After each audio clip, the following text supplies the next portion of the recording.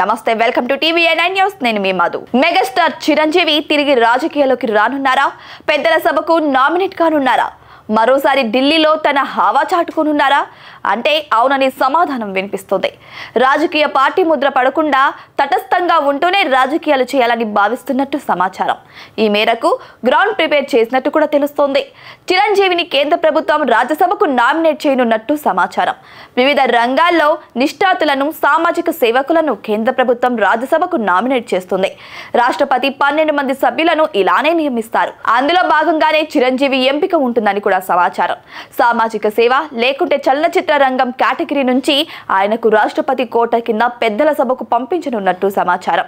దీనిపై కేంద్రం త్వరలోనే ఒక నిర్ణయం తీసుకోనున్నట్టు తెలుస్తోంది. పెరిగిన పవన్ పరపతి, కేంద్ర పెద్దల వద్ద పవన్ పరపతి విపరీతంగా పెరిగింది. మొన్నటి ఎన్నికల్లో ఏపీలో కూటమి కట్టడం వెనుక పవన్ పాత్ర కూడా ఉంది. ఎన్డీఏలో ఇప్పుడు జనసేనతో పాటు టీడీపీ కీలక భాగస్వామి.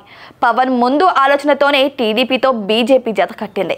బీజేపీ నేతృత్వంలోని ఎన్డీఏ మూడోసారి అధికారంలోకి రావడానికి అవసరమైన సంఖ్యాబలం అందించింది టీడీపీకి సరైన సమయంలో జత కట్టి పవన్ మంచి పని చేశారు.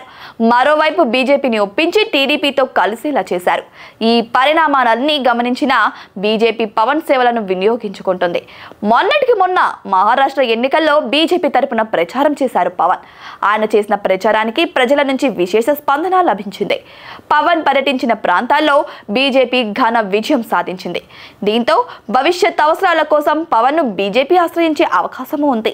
కేంద్ర పెద్దలకు ప్రతిపాదన అయితే ఇటీవలే మెగా బ్రదర్ నాగబాబుకు అరుదైన ఛాన్స్ వచ్చింది.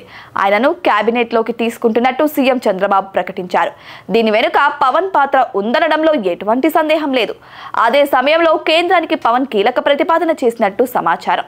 నేరుగా పార్టీ ద్వారా కాకుండా రాష్ట్రపతి నామినేట్ చేస్తే రాజ్యసభ పదవుల్లో చిరంజీవికి స్థానం ఇవ్వాలని కోరినట్టు సమాచారం.